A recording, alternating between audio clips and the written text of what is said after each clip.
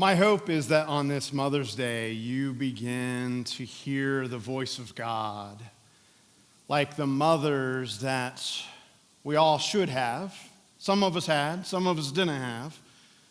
But that beautiful voice that comes into our lives and tell us who we are, who sees us for who we can be, who sees all the potential inside of us, all of the possibility, all of the capacity, who looks at you and sees your future, that best future, that strong future, that brave future. Because when I come to this text here in 1 Peter chapter 3, what I see is some motherly advice. Someone who looks at us as we're about to go into a rough and tough and difficult world and tells us, hey, no matter what, be you. Do good. Don't fear, even though we're all afraid, aren't we? I don't know about you, but no matter how many years go by, I still walk out into the world afraid. Afraid that I'm not enough. Afraid that I don't have the answers. Afraid that my own wave and wake, letdowns, my not good enoughs, might mess up the day for somebody else, may mess up the world for somebody else. Afraid that even when I'm doing good, as 1 Peter tells us right here, maybe even when at my most I'm doing my best, that's when the world's going to absolutely tackle me and push me to the ground. What if, like a mom, God's looking at each one of us and going, hey, I see the day in front of you. I see who you are. And I believe you were made for this. That this world, this day, this moment needs you. My own mother, Judy Martin Spurlock, would give me lectures. And let's be honest, most of the time I needed a lecture. Most of the time I still need a lecture, okay? She would give me these lectures. At least that's how I received them at the time most often. But when I think about them now, I realize she was trying to narrate my world. She was trying to help me understand the difficulties of life and also who I am and how I might walk out into that world good and brave, pushing through my fears, pushing through my anxieties, pushing through my frailty and failures, pushing through all of these things. Because she knew who I could be. My mother also grew up around lots of ministers in her life. So she had several uncles who were all Baptist preachers. We didn't use the word minister in rural Indiana for preachers. You're a preacher. I mean, occasionally we use the word pastor, but really you were a preacher. Because these preachers would get up on a Sunday morning and a Sunday night and a Wednesday evening, and pretty much anytime you would give them even the least little bit of a stage, they were going to get up and perform for you. And it would be a loud, messy, like everyone's going to burn in hell type of sermon, okay? and you were sweating, and they were sweating because they were so energetic and oftentimes yelling and all kinds of things. And for my mother, she has a son who pretty much coming out of the womb, I believed that I was called to be a preacher. And everything for my mother was trying to help guide me and shape me to not be the preachers that she had grown up with. She did not want me to be like her uncles. She believed that there was a better way, that there was a better person, that God wanted a better church. And so all along the way, I got lectures. Because she's trying to shape and mold and guide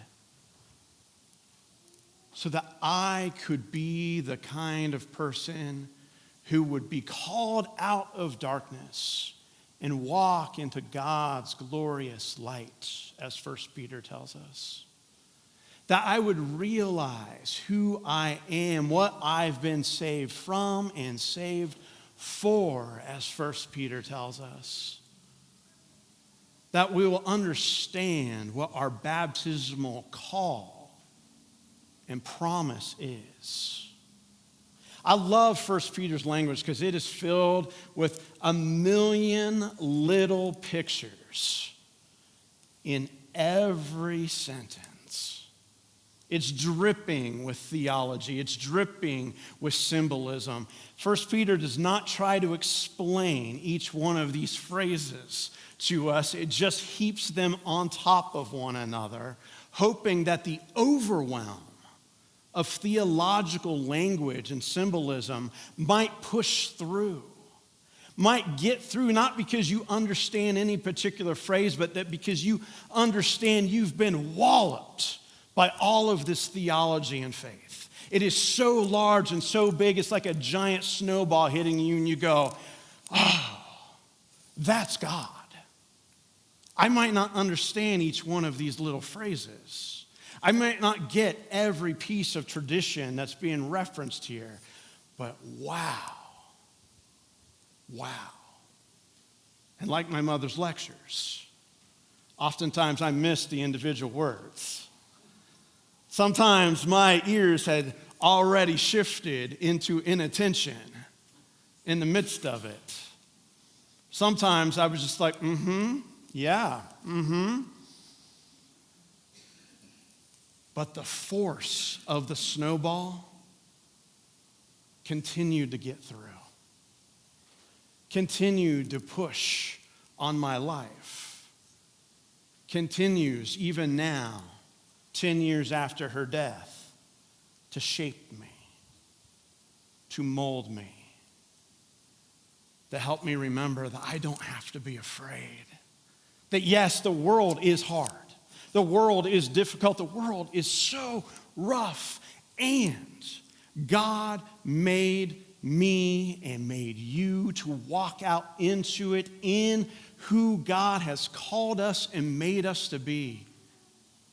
Beautiful, good, brave, and courageous souls who can actually make the world better, who can make the church a transformed place, that can take moments that seem absolutely devastating and do something remarkable in those moments. One thing I love about this book of 1 Peter is it doesn't sugarcoat life. The early readers who this letter came to, oh, friends, they were suffering. They were hurting. They were oppressed. They were pushed down and pushed aside. And when Peter writes this little letter to them, he's reminding them over and over and over again with stacks of theological language that God is with you, that God believes in you, that God has picked you, chosen you, called you. The God that conceives us is the God who births us, is the God who raises us up, is the God who sees out far into our futures and says, I see your destiny, and you're going to become everything I've put inside of you. You are that person. And so when Peter talks about this difficulties of life in this tough and rough world, he comes back to this belief of baptism, this belief of an ark in the middle of the destruction of the entire world, and says this is a precursor, a prefiguration of what's going to happen with you and with me. That in our baptism, God calls us, sees us, names us, loves us, and sends us out into these difficulties, into these sufferings. And you're going to do good. And sometimes it's going to hurt. But you can do it. That is the message I heard from my mother over and over and over again in my life. She never sugar-coated life, the world, the church. I mean, let's be honest, friends. The church can be a hard, difficult place. Oh, wait a minute. I preached that sermon last week. But you and I can make it better. You and I can make this little community better. You and I can make the church better. You and I can make the world better. And if we'll stop for just a moment and hear that motherly lecture from God, you and I might just walk out into the world today realizing who we are. Because you, friend, are a child of God. You are called to go out into the world. You are called because God knows that you can. Amen.